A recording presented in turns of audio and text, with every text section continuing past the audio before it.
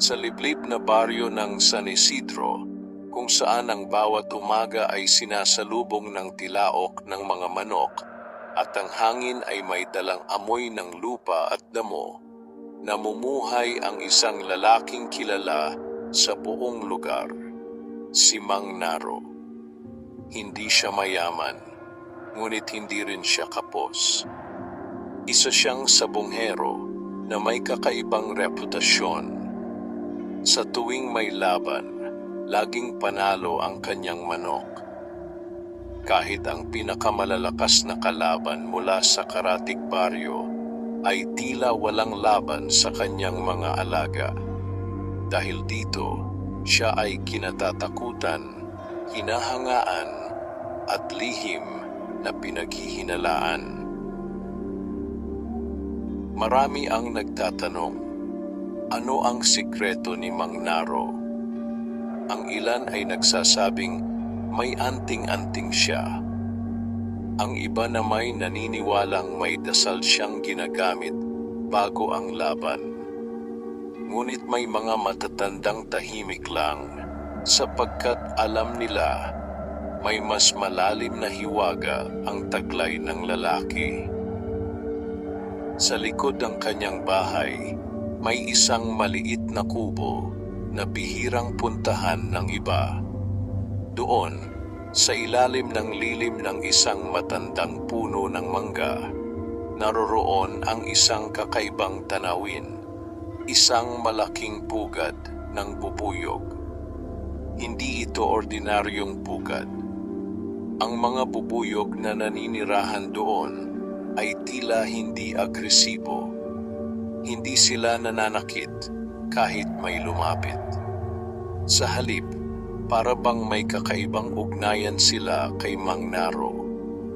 Tuwing dapit hapon, makikita ang matanda na nakaupo malapit sa pugad, tahimik na nakatingin habang ang mga bubuyog ay paikot-ikot sa kanyang paligid.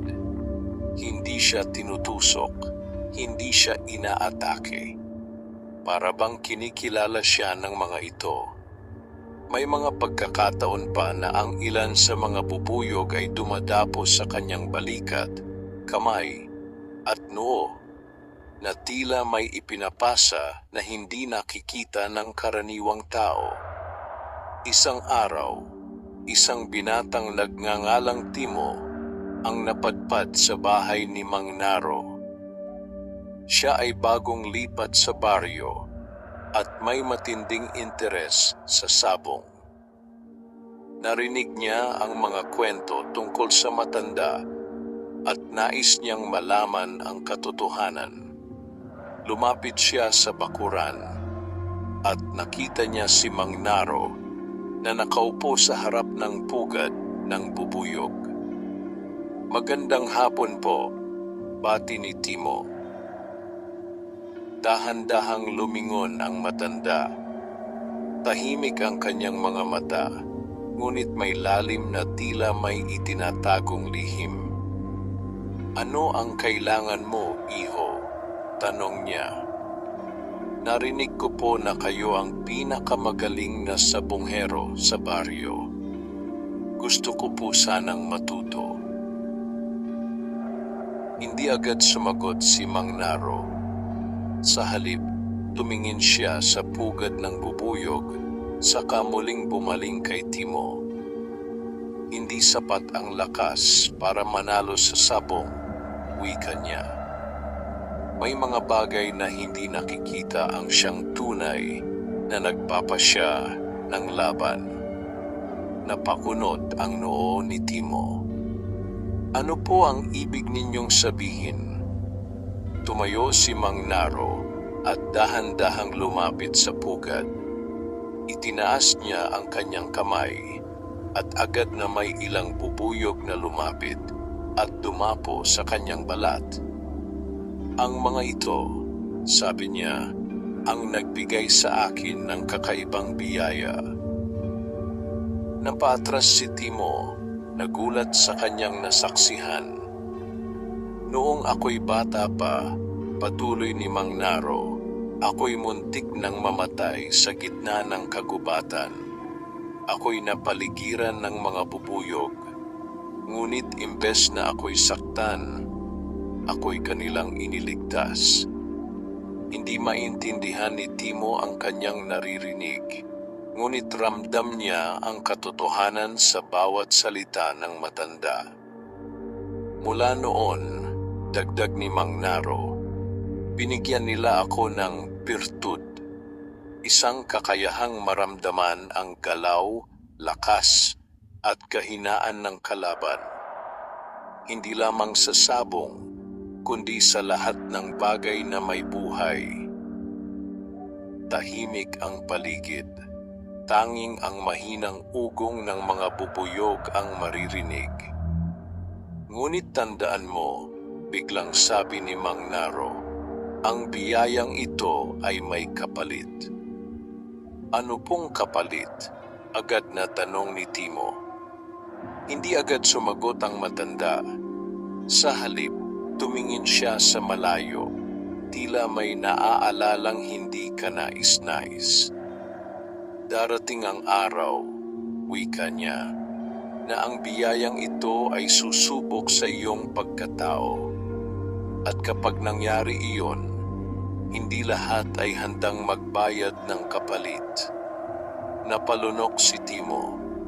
Sa sandaling iyon, napagtanto niya na ang kanyang paghanga ay unti-unting napapalitan ng kaba.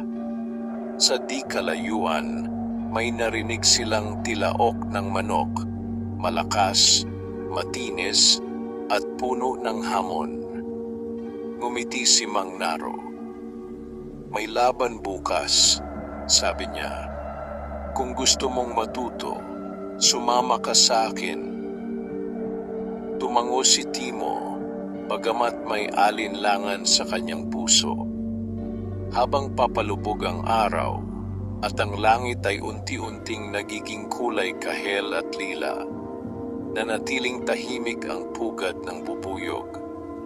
Ngunit sa loob nito, tila may gumagalaw, isang lihim na hindi pa handang ibunyag. At sa gabing iyon, sa ilalim ng malamig na hangin ng baryo, nagsimula ang kwento ng isang kabataang papasok sa mundong puno ng hiwaga, kapangyarihan, at kapalit na hindi niya palubos na nauunawaan. Madilim pa ang kalangitan nang magising si Timo kinabukasan. Ang baryo ng San Isidro ay tahimik pa, ngunit sa di kalayuan ay naririnig na ang mahihinang tilaok ng mga manok, mga hudyat ng paparating na araw at ng laban na matagal nang hinihintay ng marami. Dali-dali siyang nagbihis at nagtungo sa bahay ni Mang Naro. Pagdating niya roon, nakita niya ang matanda na abala sa paghahanda ng kanyang panabong. Ang manok ay hindi kalakihan, ngunit may kakaibang tindig, matikas, alerto, at tila may sariling pag-iisip. Maaga ka, sabi ni Mang Naro nang hindi lumilingon.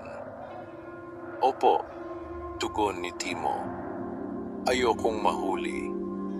Ngumiti ng bahagya ang matanda. Maganda yan. Sa sabong, ang handa ang laging may kalamangan. Lumapit si Timo at sinuri ang manok. Napansin niya ang mga mata nito, matalim at tila nagmamasid, parang may naiintindihan na hindi kayang ipaliwanag ng salita. Anong pangalan niya? Tanong ni Timo. Alon, sagot ni Mang Naro. Bakit Alon? Dahil hindi mo mahuhulaan kung kailan siya aatake, paliwanag ng matanda. Parang alon ng dagat, tahimik sa umpisa, pero mapanira kapag umatake. Tahimik na tumango si Timo. Habang pinagmamasdan niya ang manok, Napansin niyang may ilang bubuyog na paikot-ikot sa paligid nito. Hindi siya sigurado kung guni-guni lamang iyon, ngunit tila hindi iyon pinapansin ni Mang Naro. Makalipas ang ilang sandali, sabay silang umalis patungo sa sabungan. Ang sabungan sa San Isidro ay puno na ng tao pagdating nila. Ang hangin ay mabigat sa sigawan, pustahan at pananabik. Iba't ibang mukha ang makikita. May mga veteranong sabongero, mga baguhan at mga usisero na naghihintay lamang ng aksyon. Nang makita si Mang Naro, agad na nagbago ang ihip ng hangin. May mga bulungan, may mga sulyap, at may mga matang puno ng pag-aalinlangan. Nandyan na siya, bulong ng ilan. Paniguradong may kalaban na naman na matatalo, sabi ng iba. Ngunit may ilan ding tahimik lamang, mga taong tila may alam na hindi sinasabi. Lumapit sa kanila ang isang matipunong lalaki na may matalim na tingin. Siya si Berto, kilalang sabonghero mula sa Karatig Baryo. Akala ko hindi ka na magpapakita, Mang Naro, wika niya. Hindi ako tumatanggi sa laban, sagot ng matanda. Ngumisi si Berto. Buti naman, dahil ngayon, matatapos na ang swerte mo. Hindi kumibo si Mang Naro. Sa halip, mahinahon niyang inilapag si Alon sa ibabaw ng mesa. Inilabas ni Berto ang kanyang manok, malaki, mabigat, at halatang sanay sa laban. Umalingaw-ngaw ang sigawan ng mga tao habang pinagmamasdan ang dalawang magkalabang panabong. Lamang yan kay Mang Naro, sabi ng isang manonood. Hindi ka sigurado, sagot ng isa. Iba ang dala niyang hiwaga. Naramdaman ni Timo ang kaba. Hindi niya maipaliwanag kung bakit, ngunit tila may kakaibang tensyon sa paligid. Lalo na nang mapansin niyang muling may ilang bubuyog na umiikot sa ulo ni Mang Naro. Simulan na, sigaw ng tagapamagitan. Pinakawalan ang dalawang manok. Sa unang sandali, tila nag-aalangan si Alon. Umiikot lamang ito, pinagmamasdan ng kalaban. Samantala, agresibo ang manok ni Berto. Agad itong sumugod, malakas ang bawat galaw. Tapos na yan, bulong ng isang matanda sa likod ni Timo. Ngunit hindi gumalaw si Mang Naro. Nakapikit siya, tila nakikinig sa isang bagay na hindi marinig ng iba. Biglang, sa isang iglap, kumilos si Alon. Mabilis. Eksakto. Walang pag-aalinlangan. Isang malinis na atake ang tumama sa kalaban. Nagulat ang lahat. Hindi inaasahan ang bilis ng pangyayari. Ang dating agresibong manok ni Berto ay biglang natigilan, tila nawalan ng direksyon. Paano nangyari yon? Sigaw ng isa. Hindi ko nakita, dagdag ng iba. Sunod-sunod ang galaw ni Alon. Parang alam nito ang bawat susunod na hakbang ng kalaban. Bawat atake ay tama. Bawat iwas ay eksakto. At sa loob lamang ng ilang sandali, natapos ang laban. Tahimik ang sabungan. Pagkatapos ay sumabog ang ingay. Panalo si Mang Naro. Imposible yon. Napatayo si Berto, galit na galit. May daya ka, sigaw niya. Ngunit hindi sumagot si Mang Naro. Tahimik niyang kinuha si Alon at hinaplos ito. Si Timo ay napatunganga. Hindi niya maipaliwanag ang kanyang nasaksihan. Habang papalayo sila sa sabungan, hindi niya napigilang magtanong, "Paano ninyo nagawa yon?" Hindi agad sumagot ang matanda. Sa halip, tumingin siya sa kanyang balikat, kung saan may isang bubuyog na tahimik na nakadapo. "Hindi ako ang gumawa," sabi niya. "Sila." Napatingin si Timo sa bubuyog. Sa unang pagkakataon, hindi na siya natakot. Ngunit sa kanyang puso, may bagong tanong na umusbong. Kung ang biyayang ito ay tunay ngang makapangyarihan, hanggang saan ang kaya nitong gawin? At higit sa lahat, ano ang kapalit nito? Sa di kalayuan, si Berto ay nakatingin sa kanila, puno ng galit at paghihiganti. At sa likod ng kanyang mga mata, may binabalak na hindi pa alam ni Mang Naro at Timo.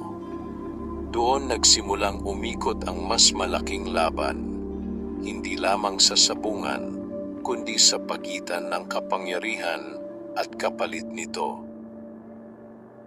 Hindi pa tuluyang sumisikat ang araw nang bumalik sina Mang Naro at Timo sa kanilang baryo.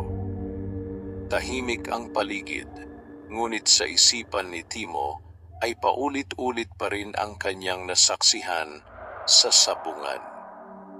Ang bilis ng mga pangyayari, ang tila hindi maipaliwanag na galaw ni Alon, at ang presensya ng mga bubuyog, lahat ng iyon ay nag-iwan ng malalim na marka sa kanyang pag-iisip. Pagdating nila sa bahay, agad na inilagay ni Mang Naro si Alon sa kulungan. Maingat niya itong pinakain at pinainom, na para bang isang mandirigmang bagong galing sa digmaan.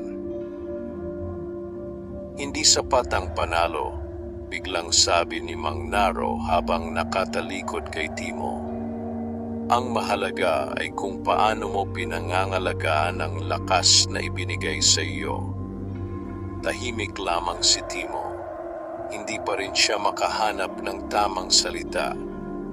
Lumipas ang ilang sandali bago siya muling nagsalita. "Mang Naro, totoo po ba na ang mga bubuyog ang nagbibigay ng lakas kay Alon?" Dahan-dahang humarap ang matanda. Sa kanyang mga mata ay may kakaibang seryosong hindi nakita ni Timo noon. "Hindi lamang lakas," sagot niya. "Kaalaman."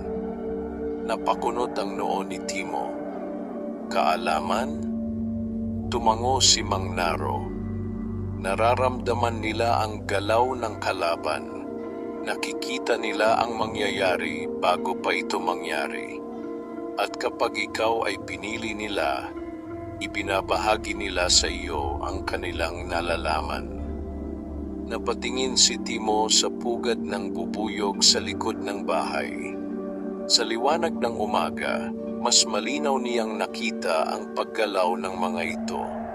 Tila organisado, tila may sariling sistema na hindi kayang unawain ng karaniwang tao. "Pwede po ba akong matuto?" tanong niya, may halong pag-asa. Hindi agad sumagot si Mang Naro. Sa halip lumapit siya sa pugad at tumigil sa harap nito. "Hindi ito basta tinuturuan," wika niya. "Pinipili ito." "Paano po ako mapipili?" Napabuntong hininga ang matanda. "Hindi mo sila mapipilit. Kung karapat-dapat ka, sila ang lalapit sa iyo." Hindi na nakaimik si Timo. Sa kaibuturan ng kanyang puso, nais niyang makamit ang kapangyarihang iyon. Ngunit kasabay nito ay ang takot sa hindi niya palubos na nauunawaan. Samantala, sa kabilang dulo ng baryo, si Berto ay hindi mapakali. Nasa loob siya ng kanyang kubo, paikot-ikot at halatang puno ng galit.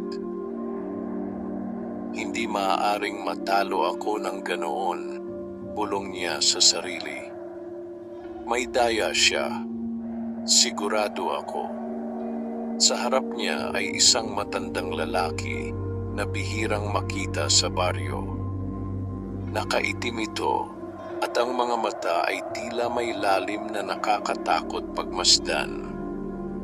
Kaya ka nandito sa akin, malamig na sabi ng matanda. Dahil alam mong hindi ordinaryo ang kalaban mo. Tumigil si Berto at tumingin sa kanya. Kilala mo ba siya? Ngumiti ng bahagya ang matanda. Hindi lamang kilala, alam ko kung saan nanggagaling ang kanyang lakas. Sabihin mo sa akin, agad na sagot ni Berto. Lumapit ang matanda at bumulong, bubuyog. Napakunot ang noo ni Berto. Ano?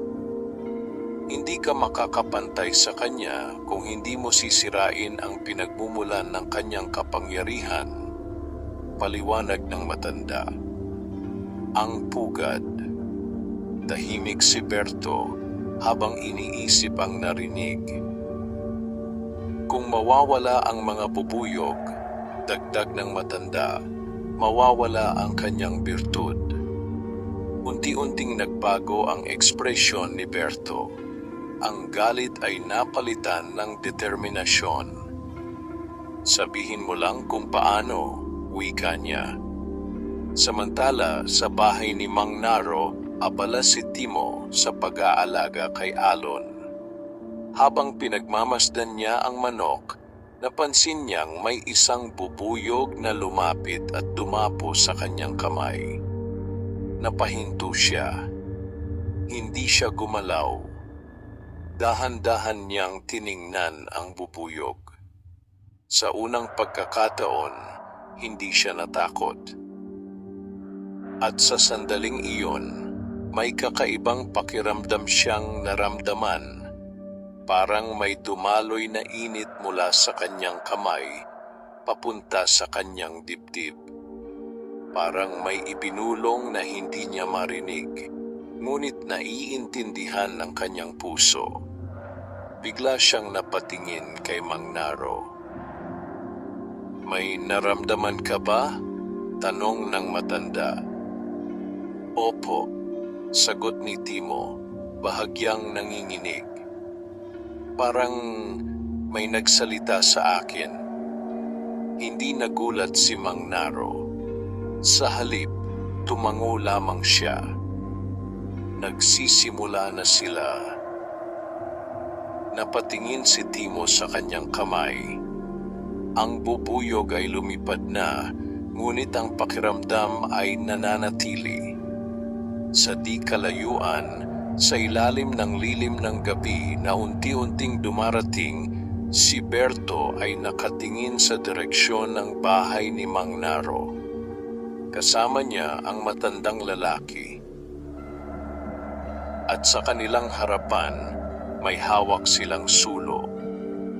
Ngayong gabi, sabi ng matanda, magsisimula ang katapusan ng kanyang kapangyarihan. Tahimik si Berto, ngunit sa kanyang mga mata, malinaw ang kanyang balak. At habang ang hangin ay unti-unting lumalamig at ang mga bubuyog ay bumabalik sa kanilang pugad, isang panganib ang papalapit. Isang panganib na magbabago sa lahat.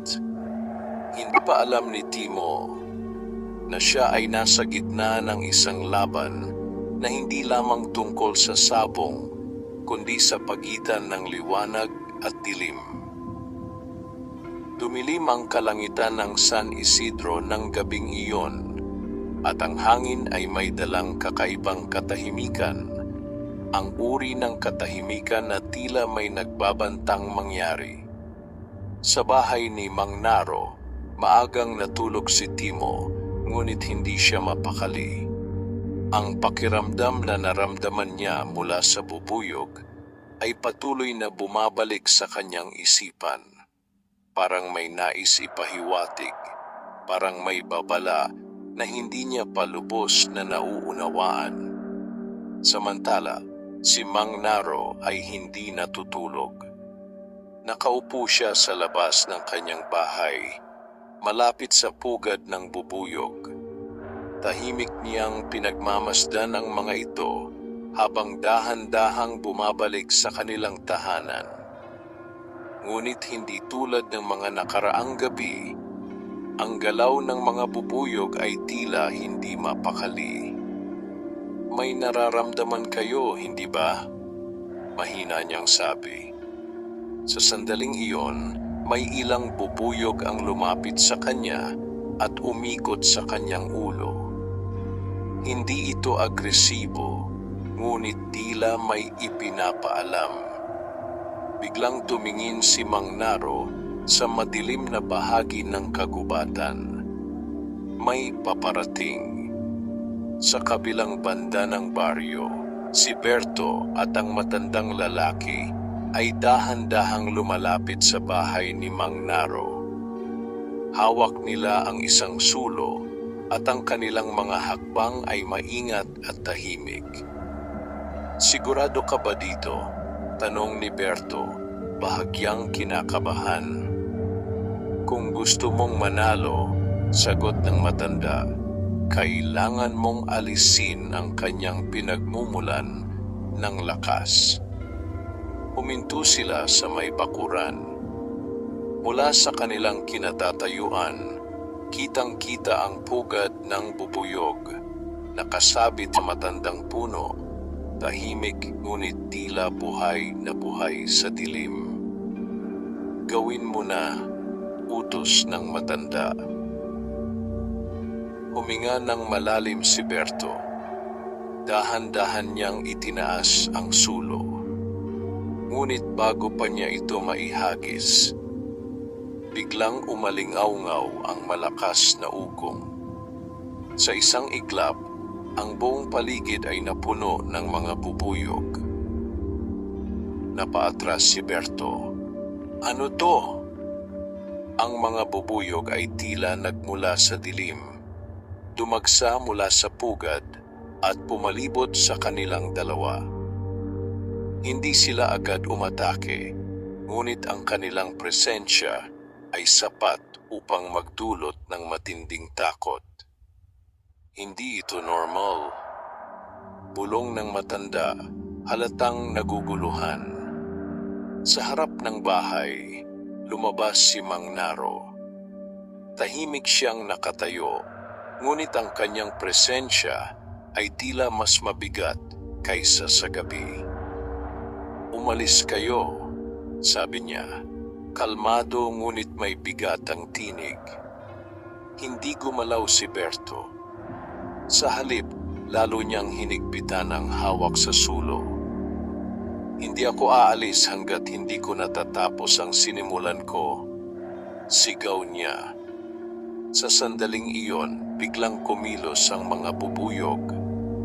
Parang iisang katawan, sabay-sabay silang umikot at bumaba. Isang itim na ulap na puno ng galit. Napahiyaw si Berto habang siya'y inatake. Napabagsak niya ang sulo at ito'y namatay sa lupa. "Tumakbo ka!" sigaw ng matanda. Ngunit huli na. Ang mga bubuyog ay hindi tumitigil. Sa loob ng bahay, nagising si Timo sa ingay. Agad siyang lumabas at nakita ang nangyayari. "Mang Naro!" Ngunit hindi gumalaw ang matanda.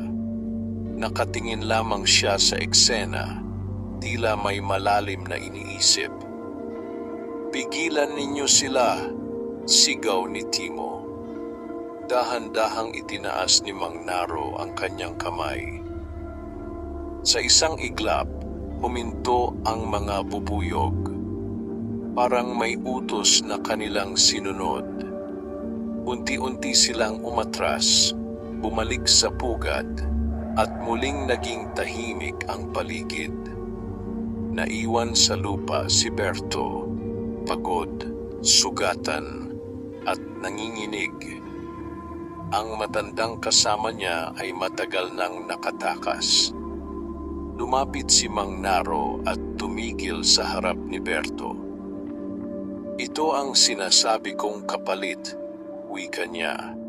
Ang kapangyarihang hindi mo nauunawaan, hindi mo dapat sinusubukang sirain. Hindi makatingin si Berto.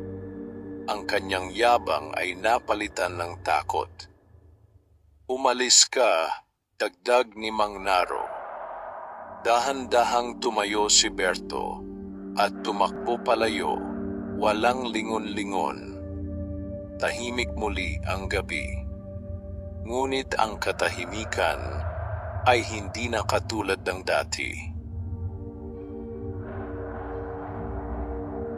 Lumapit si Timo kay Mang Naro. Bakit ninyo sila pinigil? Tanong niya.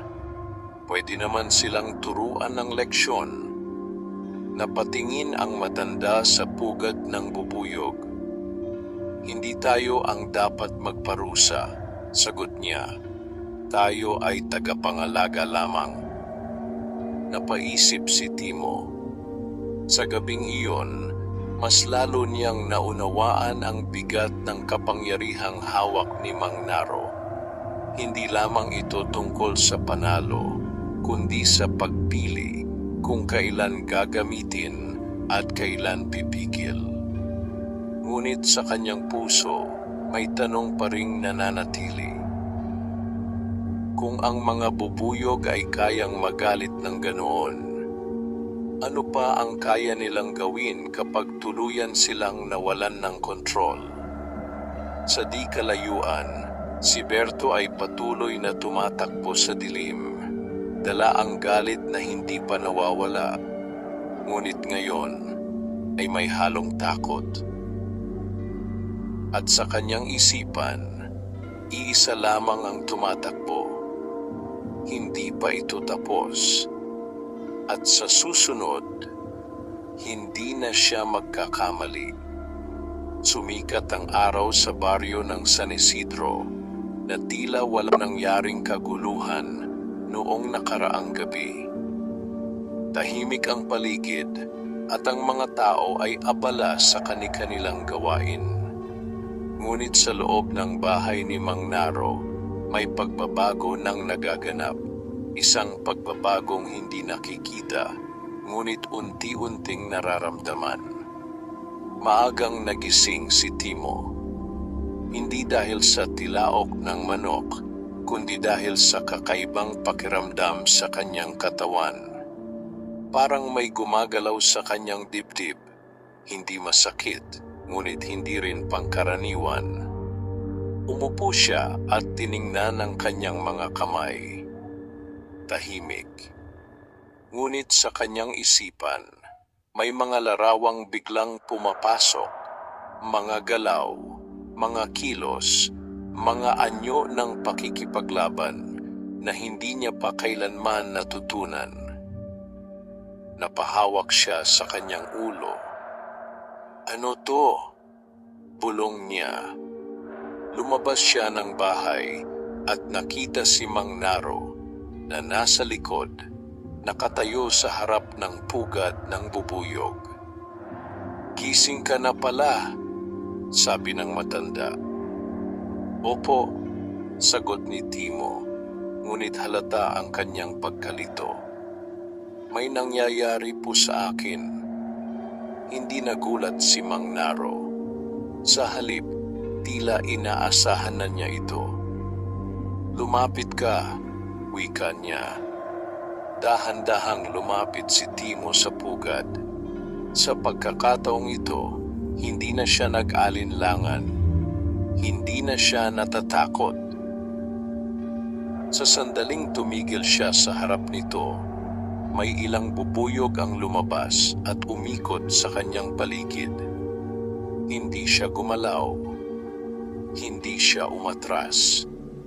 At muli, naramdaman niya ang kakaibang init, mas malinaw, mas malakas kaysa dati.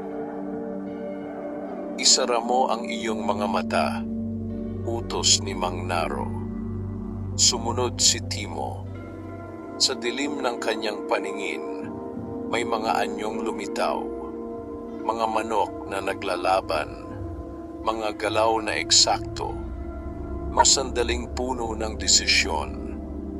Parang pinapanood niya ang laban, ngunit siya mismo ang gumagalaw. Bigla siyang napamulat. Hindi ko maintindihan, sabi niya, hinihingal. Hindi mo kailangang intindihin agad, sagot ni Mang Naro. Ramdam mo muna. Napatingin si Timo sa kanyang mga kamay. Ito po ba yung sinasabi ninyong birtud? Tumango ang matanda. Ngunit tandaan mo, dagdag niya, hindi ito laruan. Hindi ito para sa yabang o kasakiman. Tahimik si Timo. Sa kaibuturan ng kanyang puso, may saya. Dahil sa wakas ay napili siya. Ngunit kasabay nito ay ang bigat ng responsibilidad na hindi niya palubos na nauunawaan. Subukan natin, sabi ni Mang Naro. Kumuha siya ng isang batang manok at inilagay ito sa harap ni Timo. Pakiramdaman mo siya. Dahan-dahang lumapit si Timo. Hindi niya alam kung ano ang gagawin, ngunit pinikit niya ang kanyang mga mata at inilapit ang kanyang kamay sa manok. Sa sandaling iyon, may dumaloy na pakiramdam, parang koneksyon. Nararamdaman niya ang tibok, ang galaw, ang tensyon sa katawan ng manok. At higit sa lahat, nararamdaman niya kung kailan ito kikilos. Bigla niyang inilayo ang kanyang kamay. Parang, alam ko kung anong gagawin niya, sabi niya. Ngumiti si Mang Naro. Simula pa lang yan.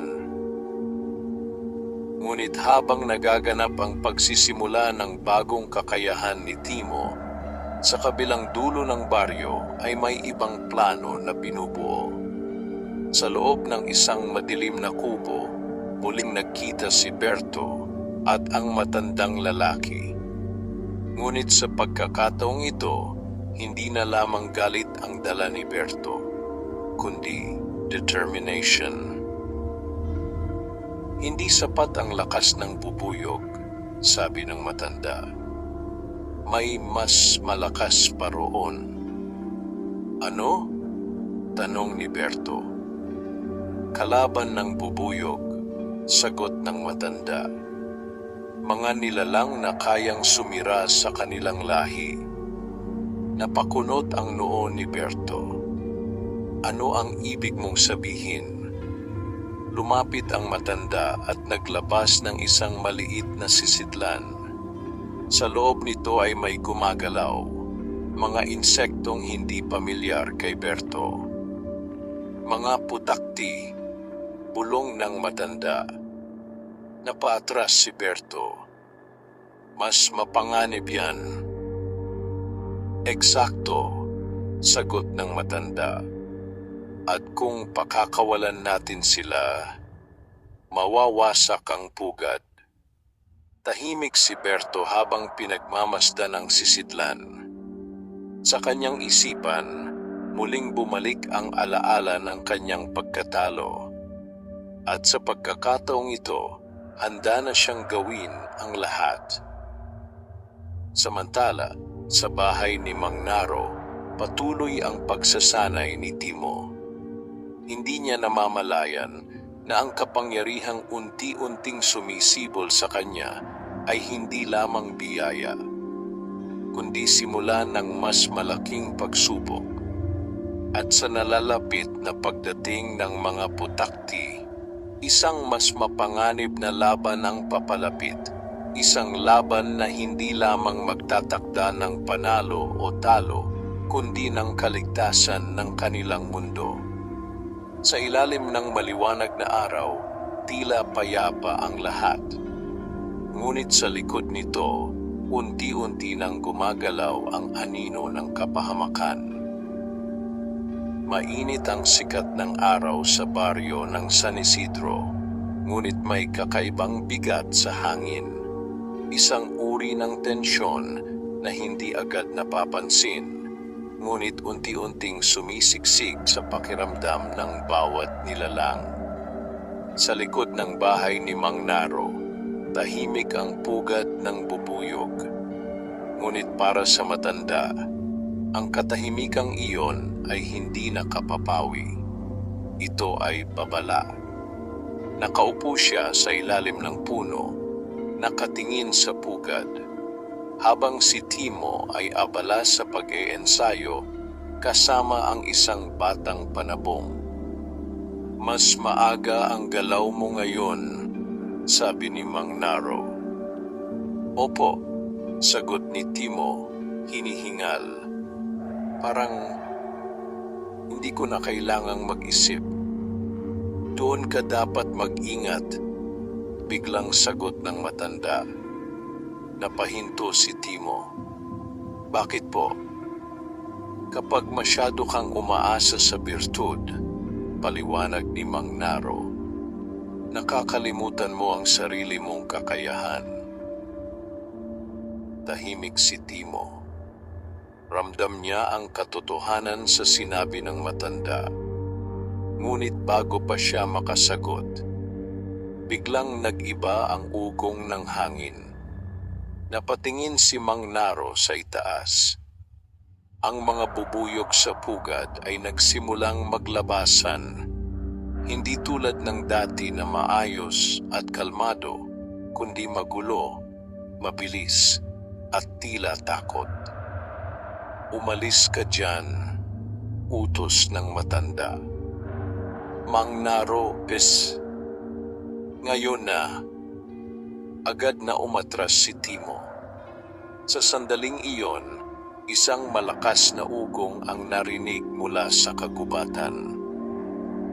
Hindi ito tulad ng sa bubuyog. Mas mabigat, mas matinis, mas mapanganib. Mula sa dilim ng mga puno, lumabas ang isang grupo ng mga putakti. Mabilis, agresibo, at walang pag-aalinlangan. Diretso silang lumipad patungo sa pugad. Hindi, bulong ni Mang Naro. Sa isang iglap, sumiklab ang kaguluhan. Ang mga bubuyog ay lumabas upang ipagtanggol ang kanilang tahanan. Ang hangin ay napuno ng naglalabang pakpak. Isang digmaan na hindi nakikita ng karamihan, ngunit ramdam ang bangis. Mang Naro, ano yan? Sigaw ni Timo. Umalis ka, sagot ng matanda. Hindi ka pa handa dito. Ngunit hindi gumalaw si Timo. Sa halip, pinanood niya ang laban. Sa unang pagkakataon, nakita niya ang kahinaan ng mga bubuyog. Ang mga putakti ay mas malalaki, mas mabilis umatake, at mas agresibo. Isa-isa, ang mga bubuyog ay bumabagsak mula sa hangin. Hindi pwede, bulong ni Timo. Bigla niyang naramdaman ang init sa kanyang dibdib. Ang parehong pakiramdam na unang dumaloy sa kanya. Ngunit ngayon, mas malakas, mas mapilit. Parang may humihila sa kanya upang kumilos. Hindi niya alam kung paano, ngunit itinaas niya ang kanyang kamay. Sa sandaling iyon, may ilang bubuyog ang lumapit sa kanya. Parang may hinihintay, parang may inaasahang utos. "Mang Naro," nanginginig niyang sabi, "may nararamdaman ako." Napalingon ang matanda at sa kanyang mga mata may halong takot at pagkagulat. "Hindi pa dapat," bulong niya. Ngunit huli na, biglang kumilos ang mga bubuyog. Hindi na sila nagkanya-kanya. Parang iisang katawan, sabay-sabay silang umikot at umatake. Hindi lamang para depensahan ang pugad, kundi para itaboy ang mga putakti. "Hindi," bulong ni Mang Naro, "ginagamit mo sila." Hindi na naririnig ni Timo ang paligid. Sa kanyang isipan, malinaw ang bawat galaw. Alam niya kung saan aatake. Alam niya kung kailan iwasan ang panganib. At sa bawat galaw, sumusunod ang mga bubuyog. Unti-unting nabawasan ang mga putakti. Isa-isa silang umatras hanggang sa tuluyan silang naglaho sa kagubatan. Tahimik ang paligid. Ang hangin ay muling huminahon. Ngunit ang pugad ay hindi na tulad ng dati. Maraming bubuyog ang nawawala. Marami ang nasaktan. At ang ilan, hindi na babalik. Dahan-dahang ibinaba ni Timo ang kanyang kamay. Hinihingal siya, pagod, at puno ng hindi maipaliwanag na emosyon. "Ginawa ko po ba yon?" tanong niya. Hindi agad sumagot si Mang Naro. Lumapit siya at tumingin sa pugad. Pagkatapos ay bumaling kay Timo. "At ano ang naramdaman mo?" tanong niya. Napatingin si Timo sa kanyang kamay. Parang, "Ako ang may control," sagot niya. "Parang kaya ko silang utusan." Tahimik si Mang Naro. Sa kanyang mga mata, may lungkot. "Iyon ang hindi mo dapat maramdaman," wika niya. Napatingin si Timo. "Bakit po? Nakatulong naman ako." "Hindi sila sandata," sagot ng matanda. "Sila ay mga nilalang na may sariling buhay." Tahimik si Timo. Unti-unting nawawala ang saya sa kanyang mukha. Sa halip, napalitan ito ng pagkalito. At marahil, kaunting takot. Sa di kalayuan, sa gilid ng kagubatan, may dalawang matang nagmamasid. Si Berto at ang matandang lalaki. "Gumana," bulong ni Berto. Ngumiti ang matanda. "Simula pa lang yan." Habang ang araw ay patuloy na sumisikat at ang baryo ay tila bumabalik sa normal, ang tunay na laban ay nagsisimula pa lamang. Ang balanse ay nabasag at sa pagitan ng bubuyog at putakti, pati na rin sa puso ni Timo, may digmaang unti-unting lumalalim. Matapos ang nangyaring paglusob ng mga putakti, hindi na muling naging payapa ang paligid ng bahay ni Mang Naro.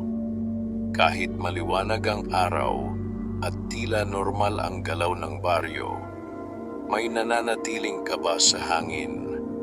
Isang paalala na ang panganib ay hindi pa tuluyang lumilipas. Sa ilalim ng punong mangga, tahimik na nakatayo si Timo.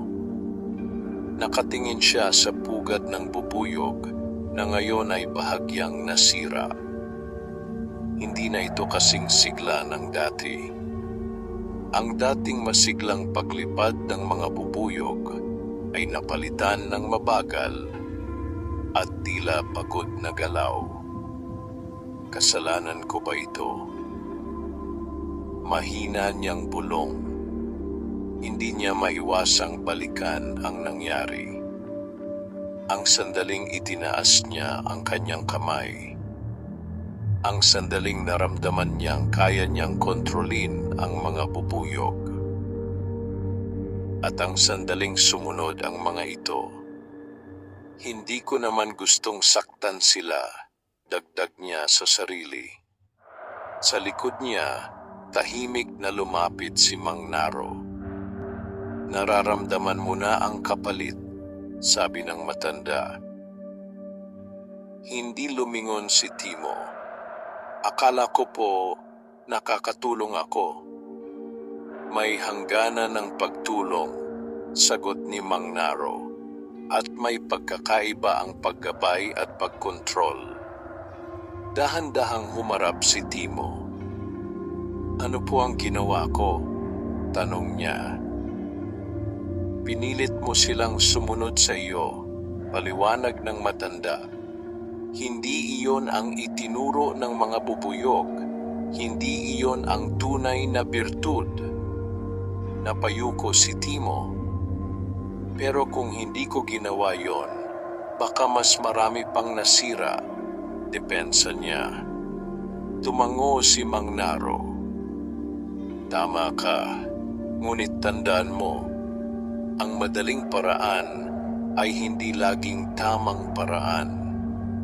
Tahimik ang dalawa. Sa sandaling iyon, may isang bubuyog ang dahan-dahang lumapit kay Timo at dumapo sa kanyang kamay. Hindi ito tulad ng dati. Wala itong init. Wala itong koneksyon. Parang may distansya. Napatingin si Timo rito. Bakit parang iba na sila? Tanong niya. Hindi agad sumagot si Mang Naro. Dahil naramdaman nila ang pagbabago sa iyo, wika niya. At hindi lahat ng pagbabago ay tinatanggap. Unti-unting bumigat ang dibdib ni Timo. Sa unang pagkakataon, naramdaman niya ang pagkawala, hindi ng kapangyarihan, kundi ng tiwala. Samantala, sa kabilang dako ng baryo, si Berto ay abala sa kanyang paghahanda. Sa loob ng kanyang kubo, naroon ang sisidlan ng mga putakti. Mas marami na sila ngayon, mas agresibo, mas handang umatake. Hindi pa sapat ang ginawa natin, sabi ni Berto. Ngumiti ang matandang lalaki. Hindi pa nga, sagot niya. Kailangan nating tuluyang sirain ang ugnayan nila. Paano? Lumapit ang matanda at bumulong. Kung ang bubuyog ang pinagmumulan ng kanyang lakas, sirain mo ang tiwala ng bubuyog sa kanya. Napaisip si Berto. Paano ko gagawin yon? Gamitin mo ang batang kasama niya, sagot ng matanda. Napatingin si Berto. Si Timo? Tumango ang matanda. Siya ang susi, dagdag niya. Kapag siya ang naging dahilan ng pagkawasak, hindi na muling mabubuo ang kanilang ugnayan. Unti-unting ngumisi si Berto. Samantala, sa bahay ni Mang Naro, patuloy ang pagsubok ni Timo na muling kumonekta sa mga bubuyog.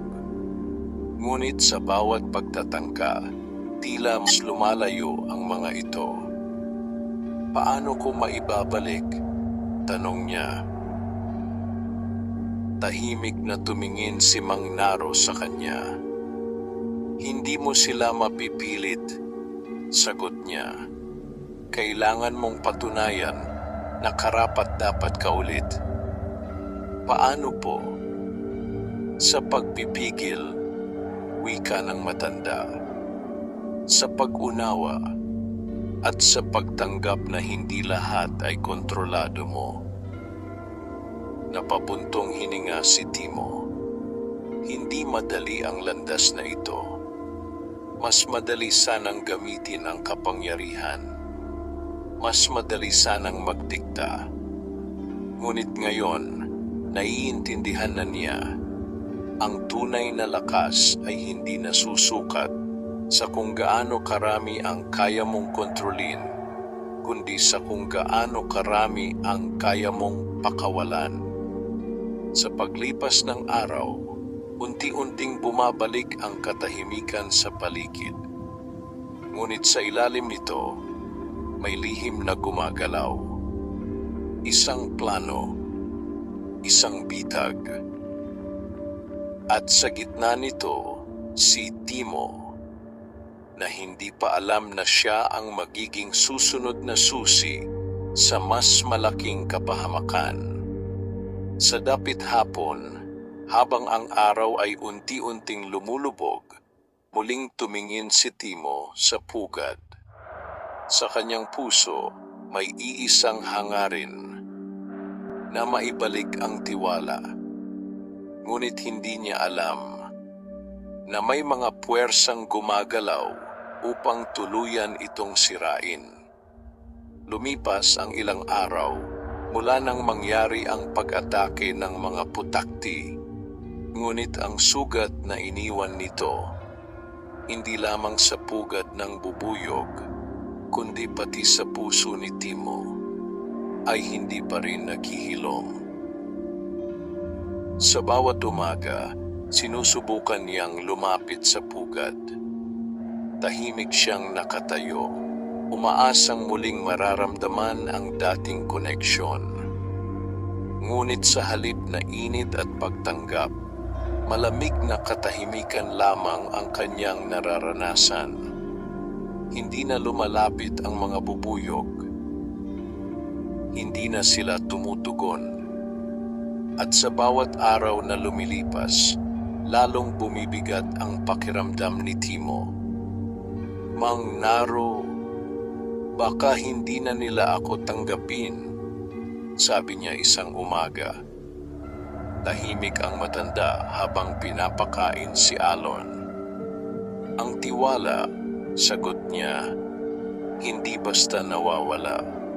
Ngunit kapag nasira, hindi rin basta nababalik.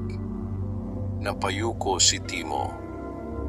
Pero susubukan ko pa rin, dagdag niya.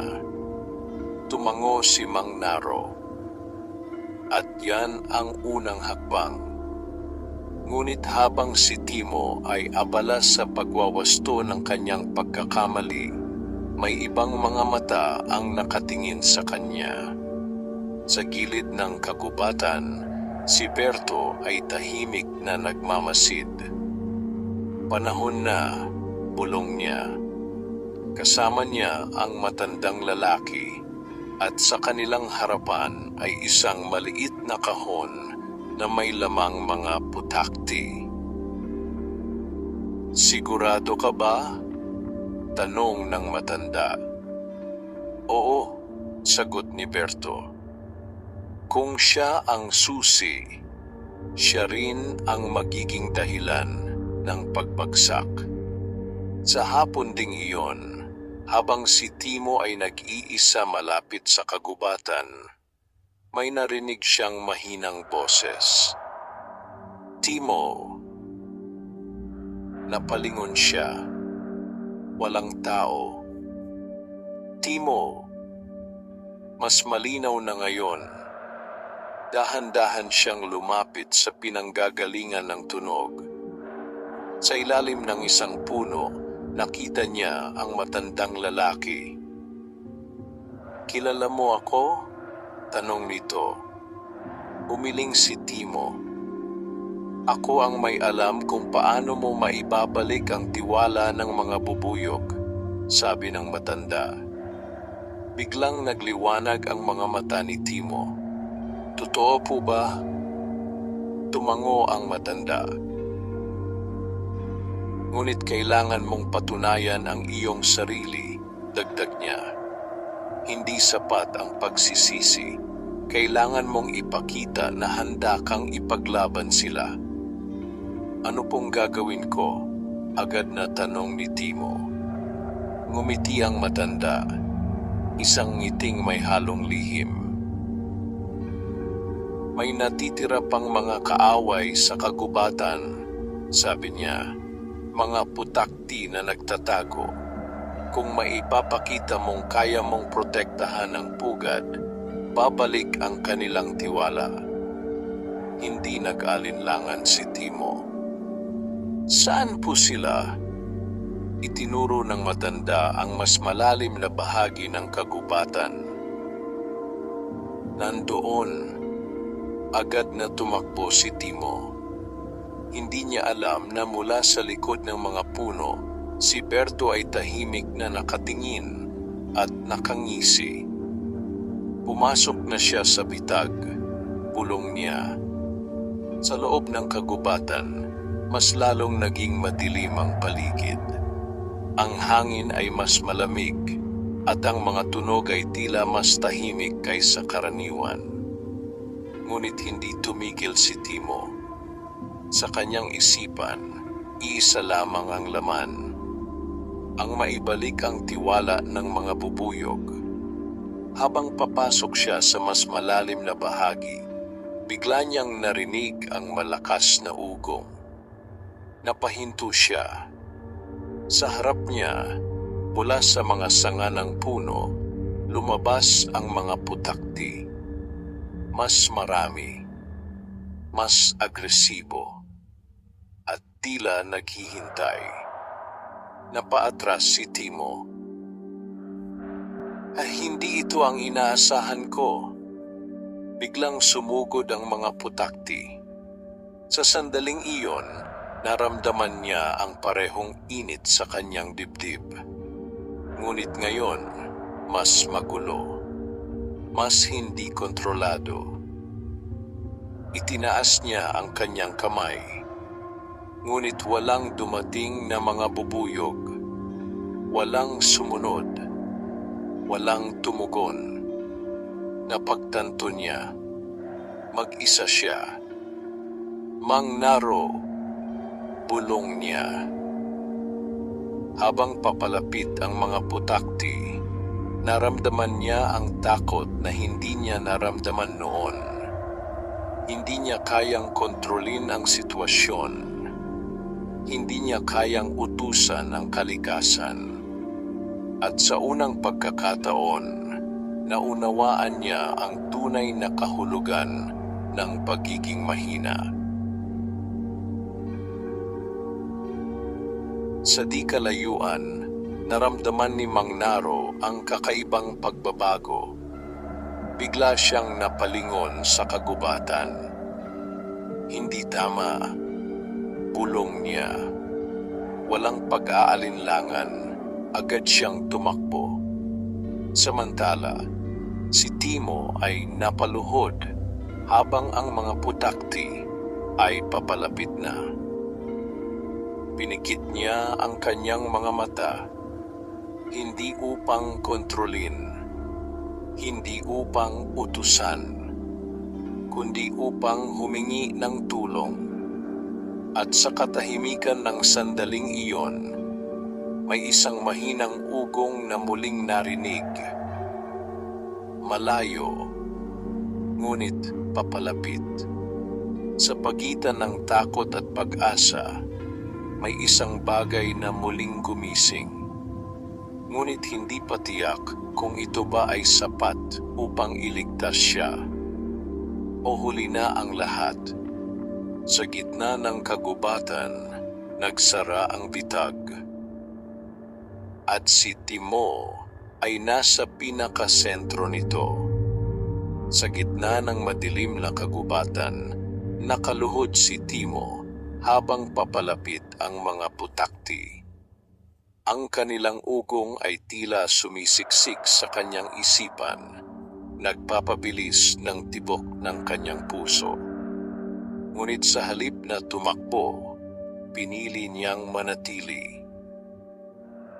Pinikit niya ang kanyang mga mata, hindi upang kontrolin, hindi upang mag-utos, kundi upang makinig. Sa unang pagkakataon, hindi niya hinanap ang kapangyarihan, hinanap niya ang koneksyon. Tahimik ang kanyang isipan. Unti-unti, ang ingay ng takot ay napalitan ng isang mahinang ugong. Hindi ito mula sa mga putakti. Ito ay mula sa malayo. At ito ay papalapit. Dahan-dahang iminulat ni Timo ang kanyang mga mata. Sa itaas ng mga puno, may isang alon ng mga bubuyog ang dumarating. Hindi nagmamadali, hindi magulo, kundi maayos at tila may layunin. Hindi sila galit, hindi sila padalos-dalos. Sila ay tumutugon.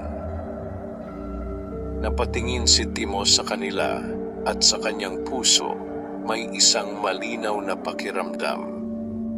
Hindi sila sumusunod sa kanya. Pinipili nilang tulungan siya. Sa sandaling iyon, naunawaan niya ang pagkakaiba. Hindi control, kundi tiwala. Habang papalapit ang mga putakti, humarap si Timo sa kanila. Hindi siya umatras. Hindi siya umatake. Nakatayo lamang siya, matatag, ngunit kalmado.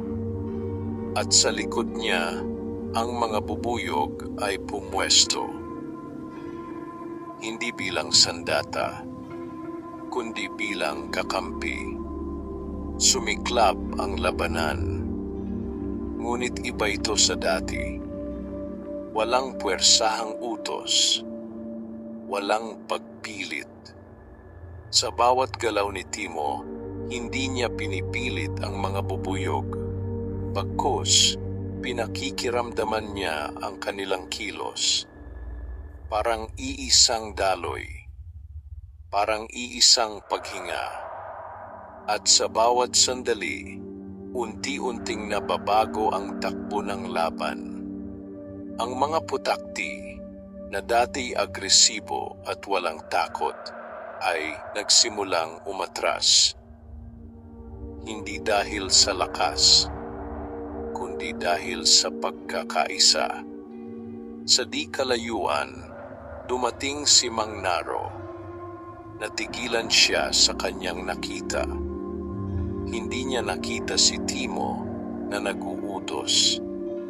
Hindi niya nakita ang control.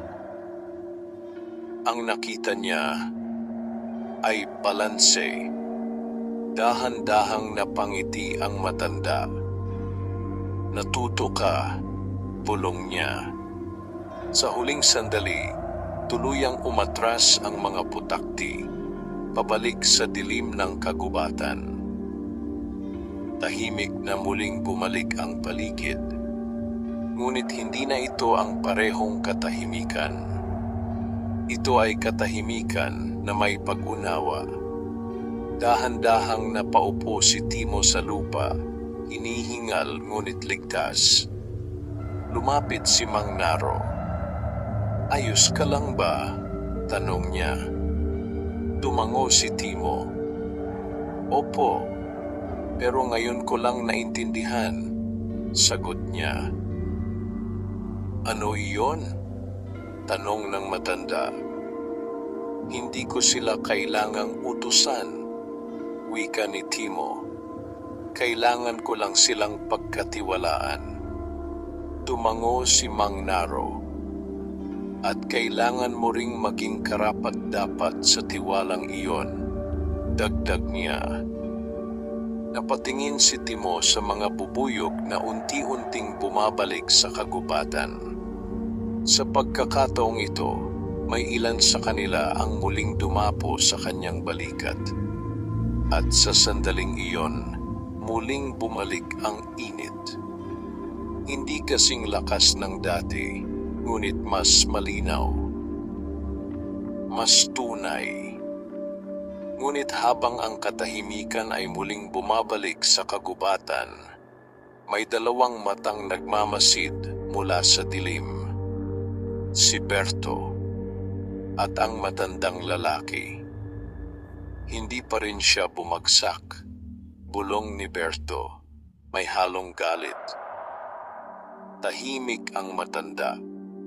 Sa kanyang mga mata, may kakaibang pag-iisip. Kung hindi natin kayang sirain ang ugnayan, wika niya, kailangan nating sirain ang pinagmulan. Napakunot ang noo ni Berto. Ano ang ibig mong sabihin?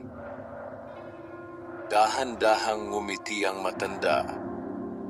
Ang pugad. Sa sandaling iyon, nagbago ang direksyon ng kanilang plano. Hindi na si Timo ang target, kundi ang mismong pinanggagalingan ng lahat.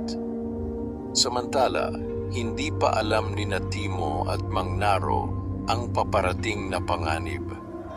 Habang sila ay pauwi, dala ang bagong pag-unawa at muling nabuong tiwala.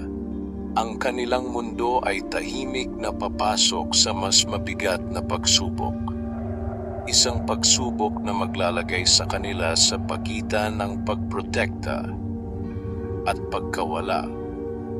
At sa pagkakataong ito, hindi na sapat ang lakas. Kakailanganin nila ang sakripisyo. Makulimlim ang langit kinabukasan na parabang may paparating na unos. Tahimik ang baryo ng San Isidro, ngunit ang katahimikang iyon ay may dalang kaba. Isang pakiramdam na tila may mangyayaring hindi inaasahan. Sa bahay ni Mang Naro, maagang nagising si Timo. Sa unang pagkakataon matapos ang ilang araw, ramdam niya ang bahagyang pagbabalik ng koneksyon sa mga bubuyog. May ilang dumadapo sa kanyang balikat, at ang init na dati niyang hinahanap ay unti-unting bumabalik. Ngunit hindi pa ito buo. Hindi pa tapos ang pagsubok mo, sabi ni Mang Naro habang nakatingin sa pugad. Opo, tugon ni Timo. Pero handa na po akong matuto. Tahimik na tumango ang matanda. Sa sandaling iyon, tila payapa ang lahat. Ngunit sa gilid ng kagubatan, may dalawang anino ang dahan-dahang gumagalaw. Si Berto at ang matandang lalaki. Hawak nila ang isang mas malaking sisidlan, puno ng mas marami at mas mababangis na putakti. Ngayong wala ang bata sa pugad, ito na ang pagkakataon. Bulong ng matanda. Tumango si Berto. Hawak ang sisidlan ng mahigpit. Dahan-dahan silang lumapit sa puno kung saan naroon ang pugad ng bubuyog. Tahimik.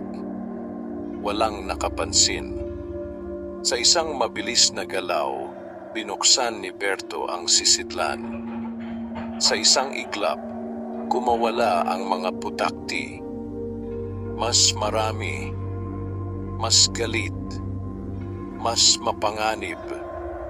Diretso silang sumugod sa pugad. Sa loob ng bahay, biglang napahinto si Mang Naro. Hindi, bulong niya. Mang Naro? Tanong ni Timo. Ngunit hindi na sumagot ang matanda. Agad siyang tumakbo palabas. Sumunod si Timo. Pagdating nila sa likod ng bahay, tumambad sa kanila ang isang bangungot. Ang pugad ng bubuyog ay nasa gitna ng pag-atake. Ang hangin ay punong-puno ng naglalabang pakpak, isang digmaan na mas matindi kaysa dati. "Mang Naro!" sigaw ni Timo. Ngunit alam na ng matanda, huli na. Ang mga putakti ay walang tigil sa pag-atake. Isa-isa, ang mga bubuyog ay bumabagsak. Ang pugad na dati matatag ay unti-unting nasisira. Hindi na ito laban. Ito ay pagwasak. Hindi na nakatiis si Timo. Itinaas niya ang kanyang kamay. Ngunit bago pa siya makakilos, "Huwag!" sigaw ni Mang Naro. Napahinto si Timo. "Kung gagamitin mo ulit ang kapangyarihan sa ganitong paraan, mas lalo mo silang mapapahamak," dagdag ng matanda. Ngunit sa harap ng nangyayari, hindi mapigilan ni Timo ang sarili. "Hindi ko sila pababayaan." At sa sandaling iyon, pinakawalan niya ang kanyang damdamin. Muling kumilos ang mga bubuyog. Ngunit hindi tulad ng dati. Magulo, padalos-dalos, walang direksyon. Sa halip na makatulong, lalo lamang lumala ang kaguluhan. "Mang Naro, bakit ganito?" sigaw ni Timo. Dahan-dahang napapikit ang matanda. Dahil ang pinanggagalingan nila ay nasisira na. Sa isang malakas na tunog, bumigay ang bahagi ng pugad. Bumagsak ito mula sa puno. Kasabay nito, unti-unting humina ang ugong ng mga bubuyog. Ang ilan ay nagkalat sa lupa. Ang iba ay hindi na gumagalaw. Tahimik ang paligid. Unti-unting umatras ang mga putakti. Tila natupad na ang kanilang layunin. Sa gilid ng kagubatan, nakatingin si Berto. At sa kanyang mukha, isang malamig na tagumpay. "Natapos na," bulong niya. Ngunit sa harap ng bahay ni Mang Naro, kabaligtaran ang nangyayari. Nakaluhod si Timo sa harap ng nasirang pugad. Hindi siya makapaniwala. Hindi ito pwedeng mangyari. Dahan-dahang lumapit si Mang Naro. Sa kanyang mga mata, may lungkot na matagal na niyang iniiwasan. "Ito ang kinatatakutan ko," wika niya. Napatingin si Timo sa kanya, luha ang luha. "Ako po ba ang may kasalanan?" Hindi agad sumagot ang matanda. Sa halip, tumingin siya sa mga bubuyog na unti-unting nawawala. "Hindi lang ikaw," sagot niya. "Ngunit, bahagi ka nito." Napayuko si Timo. Sa kanyang puso, may bigat na hindi niya kayang dalhin. Hindi lamang niya nawala ang tiwala. Nawala rin ang pinagmulan ng lahat. At sa sandaling iyon, tuluyan niyang naunawaan ang kapalit ng kapangyarihan. Hindi ito palaging panalo. Minsan, ito ay pagkawala. Habang ang ulan ay unti-unting bumabagsak mula sa langit, tila nakikiiyak ang kalikasan sa nangyari. At sa gitna ng ulan, si Timo ay nanatiling nakaluhod. Hawak ang isang piraso ng nasirang pugad. Hindi niya alam kung paano magsisimula muli. Ngunit sa kanyang puso, may isang bagay na malinaw. Hindi pa ito ang katapusan. Ngunit ang susunod na hakbang ay mas mahirap kaysa sa lahat ng kanyang pinagdaanan. Matapos ang gabing winasak ang pugad, tila nawalan ng buhay ang paligid ng bahay ni Mang Naro. Ang dating masiglang ugong ng mga bubuyog ay napalitan ng malamig na katahimikan.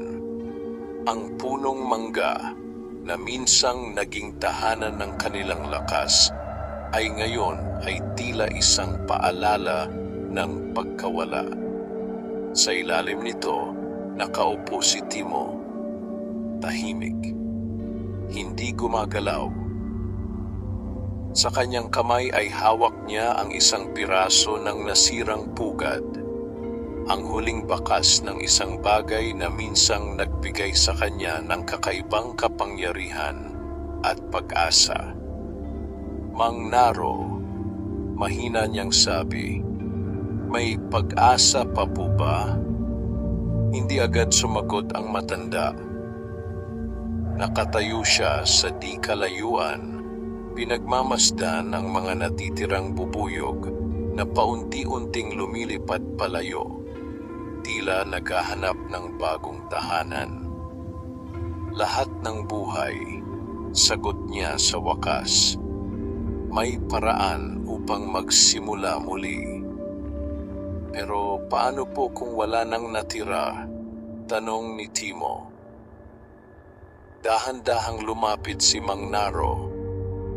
May natitira pa, sabi niya. Napatingin si Timo. Ano po?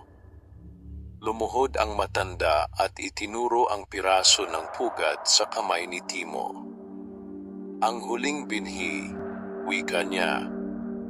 Napakunot ang noo ni Timo. Binhi? Tumango si Mang Naro. Hindi mo ba napansin? Dagdag niya. Sa loob ng pugad, may mga bahagi na hindi basta nasisira.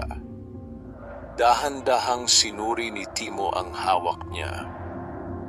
Sa pagitan ng mga sirang bahagi, may maliit na selda, hindi pa ganap na wasak at tila may laman.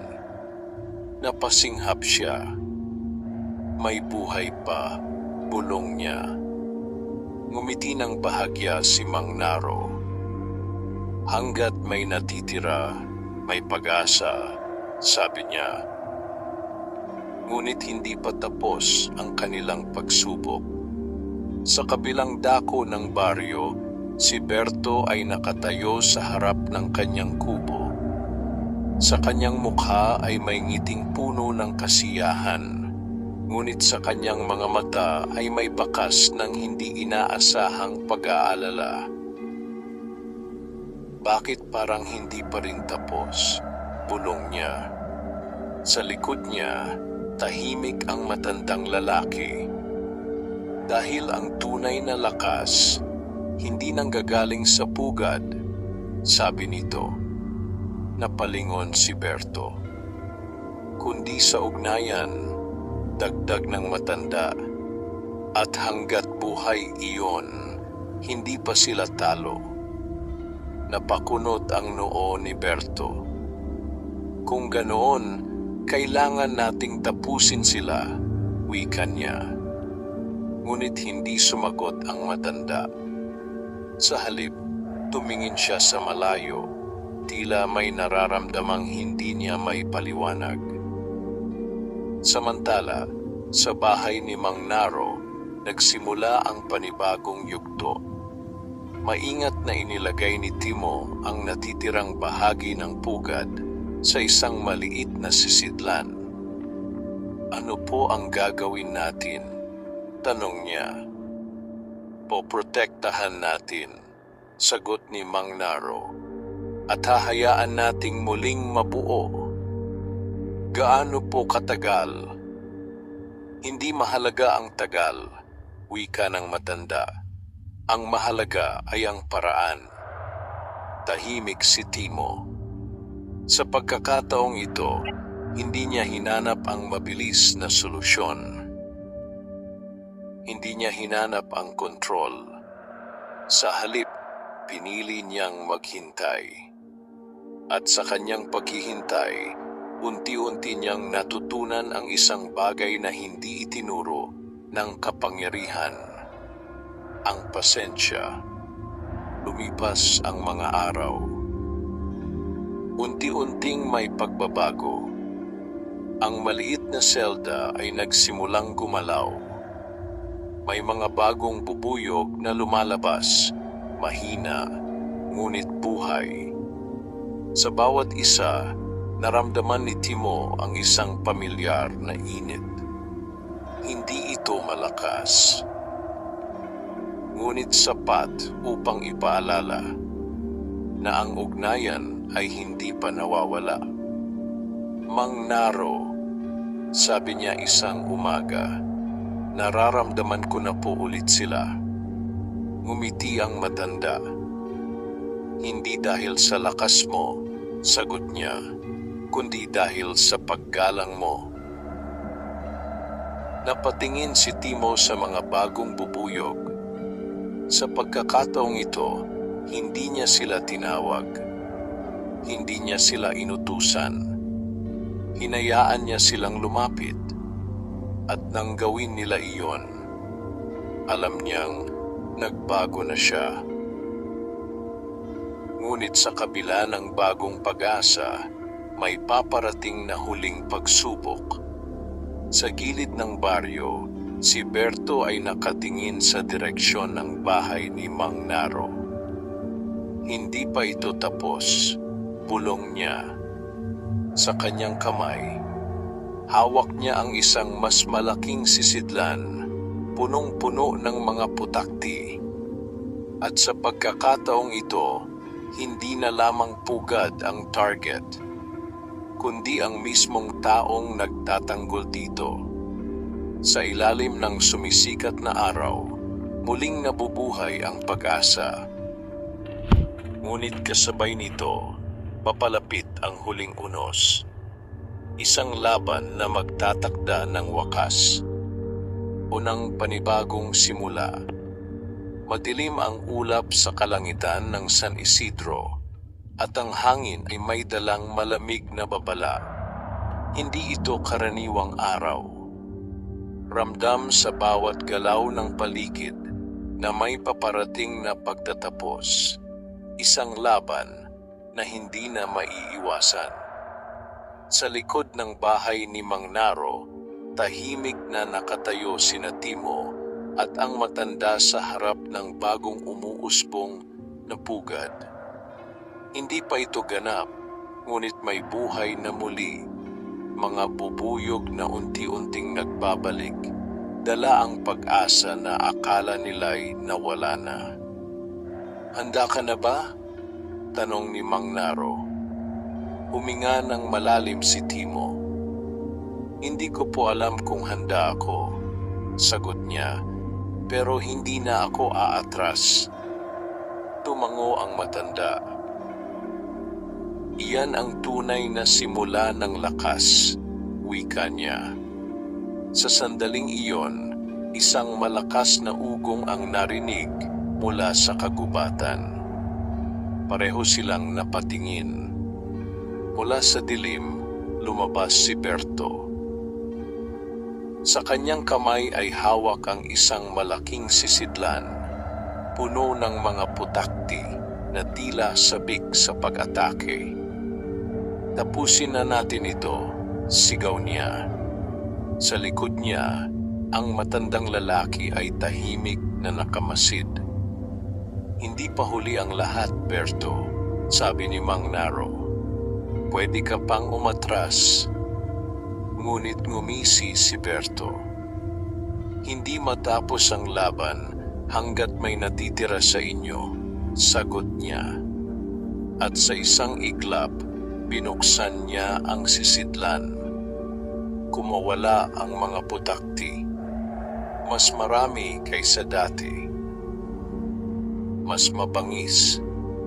Diretso silang sumugod. Napahigpit si Timo sa kanyang sarili, ngunit hindi niya itinaas ang kanyang kamay. Hindi siya nagutos.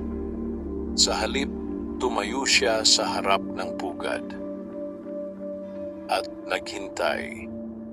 Sa likod niya, ang mga bubuyog ay dahan-dahang lumabas. Hindi sila nagmadali. Hindi sila nagkagulo. Unti-unti silang pumwesto, tila handang ipagtanggol ang kanilang tahanan. Mang Naro, mahina niyang sabi, hindi ko sila pipilitin. Ngumiti ang matanda. Hindi mo na kailangan, sagot niya. Habang papalapit ang mga putakti, ang hangin ay napuno ng tensyon. Ngunit sa gitna nito, may kakaibang katahimikan sa pagitan ni Timo at ng mga bubuyog. Hindi ito utos. Hindi ito kontrol. Ito ay pagkakaunawaan. Sa unang sagupaan, sumiklab ang labanan. Ngunit hindi ito tulad ng dati. Ang mga bubuyog ay hindi sumunod sa galit. Sumunod sila sa balanse. Ang bawat galaw ay maingat. Ang bawat pag-atake ay may layunin. At sa bawat sandali, unti-unting napipigil ang pag-atake ng mga putakti. Hindi pwede, sigaw ni Berto. Mas malakas ang mga yan. Ngunit sa kanyang harapan, malinaw ang katotohanan. Ang lakas ay hindi lamang nasusukat sa puwersa, kundi sa pagkakaisa. Sa di kalayuan, napansin ni Timo ang matandang lalaki. Tahimik itong nakatingin. Hindi kumikilos. Parang naghihintay. Sa sandaling iyon, may naunawaan si Timo. Mang Naro, bulong niya, hindi si Berto ang tunay na laban. Napatingin ang matanda at nakita niya ang parehong bagay. Ang matandang lalaki. Siya ang nagpasimula ng lahat, dagdag ni Timo. Dahan-dahang tumango si Mang Naro. Kung ganoon, siya rin ang magtatapos nito. Habang abala ang mga putakti sa laban, biglang tumakbo si Timo papunta sa matandang lalaki. Tumigil ka na, sigaw niya. Ngunit ngumiti lamang ang matanda. Ngayon mo lang naintindihan, sabi nito. Bakit mo ginagawa ito? Tanong ni Timo. Dahil ang kalikasan ay dapat kontrolin, sagot ng matanda. Hindi ito dapat pinapakinggan. Umiling si Timo. Mali ka, sabi niya. Hindi tayo ang dapat masunod, kundi ang dapat umunawa. Sa sandaling iyon, itinaas ng matandang lalaki ang kanyang kamay. Ang mga putakti ay biglang naging mas agresibo, mas marahas, mas walang kontrol. Napalingon si Timo sa laban. Unti-unting nahihirapan ang mga bubuyog. Mang Naro, sigaw niya. Ngunit bago pa lumala ang sitwasyon, isang kakaibang bagay ang nangyari. Ang mga bubuyog ay hindi umatras. Sa halip, lalo silang naging maayos, mas kalmado, mas buo. Parang hindi naapektuhan ng kaguluhan. At sa sandaling iyon, napagtanto ni Timo, hindi lahat ng puwersa ay kayang kontrolin. At hindi lahat ng nilalang ay susunod sa maling utos. Unti-unting napagod ang mga putakti. Isa-isa silang umatras, hanggang sa tuluyan silang nawala sa hangin. Tahimik ang paligid. Ang laban ay natapos. Naiwan si Berto, pagod, sugatan, at walang masabi. Ang matandang lalaki ay napaatras, tila hindi makapaniwala. Imposible, bulong niya. Lumapit si Timo. Hindi mo kailangang kontrolin ang lahat para maging malakas, sabi niya. Tahimik ang matanda, at sa unang pagkakataon, wala siyang sagot. Dahan-dahan siyang tumalikod at naglaho sa kagubatan. Si Berto ay napaluhod. Tapos na, bulong niya. Lumapit si Mang Naro. Hindi pa, sabi niya. Ngayon ka palang magsisimula ulit. Napayuko si Berto. Sa wakas, nawala ang kanyang galit.